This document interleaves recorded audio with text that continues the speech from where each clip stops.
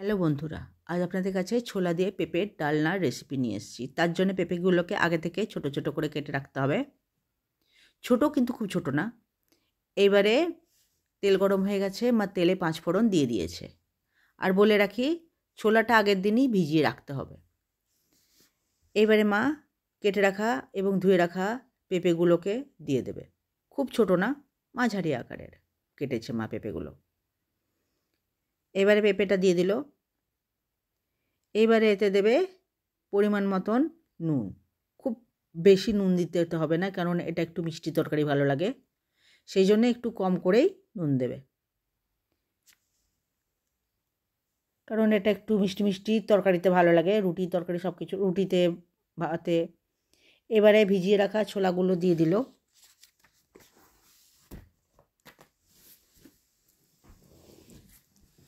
এবার একটু আগে মিলিয়ে দেবে।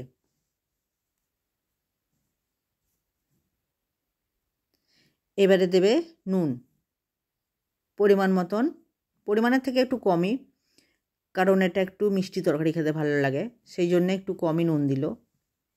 আর হলুদ দেবে হাফ চামচেরও কম,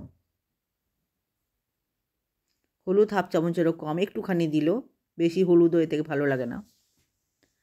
আর ধনে জিরে গুঁড়ো ছোটো চামচের 1 চামচ দেবে, খুব বেশি না। এই দেখুন, 1 চামচের থেকে একটু কমই আছে।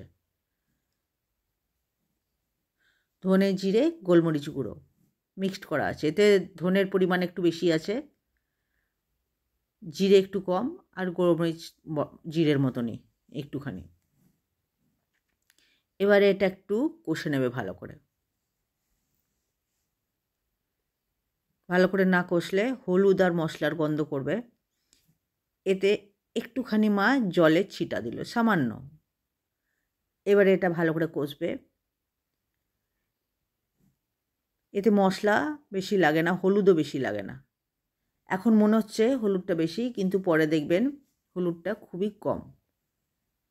এটা খুব ভালো করে কষতে হবে, না তো হলুদ আর মশলার গন্ধ করবে।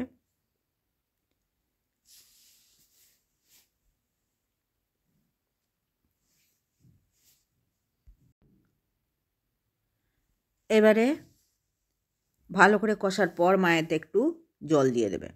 এখন কিন্তু পেঁপে থেকে একটু জল বেরিয়েছে, এখন জল দেবে না। যখন কষা হয়ে যাবে তখন এতে জল দিয়ে সেদ্ধ হতে দেবে।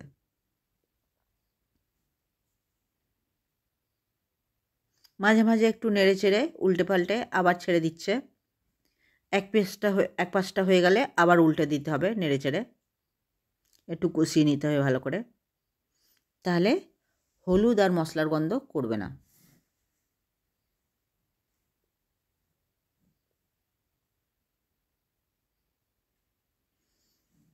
এখানে প্রায় কষাটা হয়ে গেছে।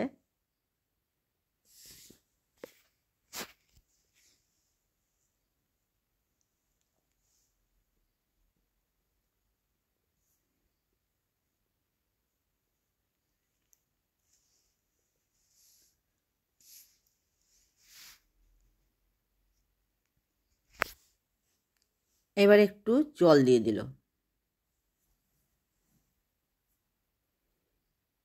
এবারে একে ঢেকে সেদ্ধ হতে দেবে। আর একটু জল দিল, কারণ পেঁপে সেদ্ধ হতে একটু টাইম লাগে। অনেকটাই জল দিয়ে দিল। দিয়ে এটাকে ঢেকে দেবে, 5-7 মিনিটের জন্য ঢেকে দেবে। তারপরে একে খুলবে।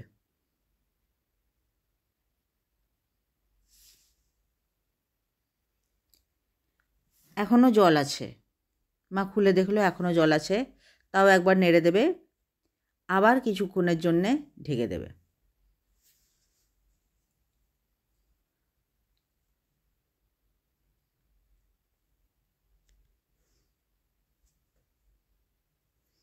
ঢেকে আরও 5-7 মিনিট সেদ্ধ করবে। পেঁপে তাড়াতাড়ি সেদ্ধ হতে হয় না, একটু দেরি হয় সেদ্ধ হতে। এখন অনেকটাই জলটা কমে গেল, কিন্তু এখনও কিছুক্ষণ লাগবে। এখন খুলে খুলেই কিছুক্ষণ সেদ্ধ করবে। আর মাঝে মাঝে মা এরকম করে পেঁপেগুলোকে ম্যাশ করে দিচ্ছে, মোটা যেগুলো আছে সেগুলো ম্যাশ করে দিলে তাড়াতাড়ি নরম হয়ে যাবে।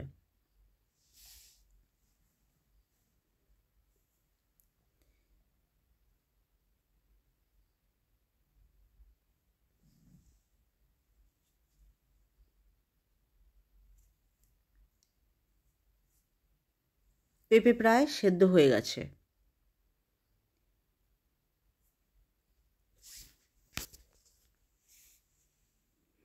এবারে মা এতে 2 চামচ মতন চিনি দিয়ে দিল। 2 চামচের একটু কমই আছে, আন্দাজে 1.5 চামচ মতন চিনি দিয়ে দিল। এবার এটা একটু মিলিয়ে দিচ্ছে আর পেঁপেগুলো একটু ম্যাশ করে দিচ্ছে। মোটা মোটা আছে, মোটা মোটা চেয়ে থাকলে ভালো লাগে না দেখতে। এর বেশি পেঁপে সেদ্ধও হয় না, সেদ্ধ বেশি করতে গেলে কুকারে দিতে। মা আর একটু জল দিয়ে দিল। জল দিয়ে এবার খোলা খোলা অবস্থাতেই আরও কিছুক্ষণ সেদ্ধ করবে, কারণ ম্যাশ করলেও পেঁপেগুলো কিন্তু মোটা মোটাই আছে।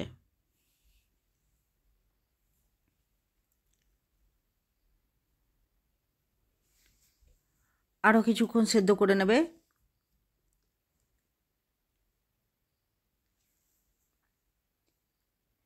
এতে একটু নুনটা কম হয়েছিল, আমারও এখানটা দেখানো হয়নি, একটুখানি আর নুন দিয়েছিল সামান্যটা। জলটা আর একটু শুকিয়ে গেলে তারপরে মা উপর থেকে ঘি দিয়ে নামিয়ে দেবে। এখন মা একটু নুন দিল, একটুখানি। আপনারা এইভাবে পেঁপের ডালনা রান্না করে খেয়ে দেখবেন। রুটি, পরোটা এবং ভাত দিয়ে এই ডালনা খেতে দারুণ লাগে, এবং আমাকে কমেন্ট করে জানাবেন কেমন লাগলো। একটু ম্যাশ করে দিলে পেঁপেগুলো নরম হয়ে যাবে। এবার মা 1 চামচ ঘি দিল। ঘিটা ভালো করে মিলিয়ে নিয়ে তারপরে পেঁপেটা নামিয়ে দেবে। এভাবে আপনারাও রান্না করে খেয়ে দেখবেন। আপনাদের যদি আমার রেসিপি ভালো লাগে তাহলে লাইক, শেয়ার, সাবস্ক্রাইব করে দেবেন, এবং আপনি যদি নতুন দেখছেন তাহলে লাইক, শেয়ার, সাবস্ক্রাইবের সাথে সাথে পাশে থাকা বেলটাও টিপে দেবেন। তাহলে আমি নতুন রেসিপি দিলে সহজেই পৌঁছে যাবে আপনার কাছে। ভিডিও দেখার জন্যে অনেক অনেক ধন্যবাদ।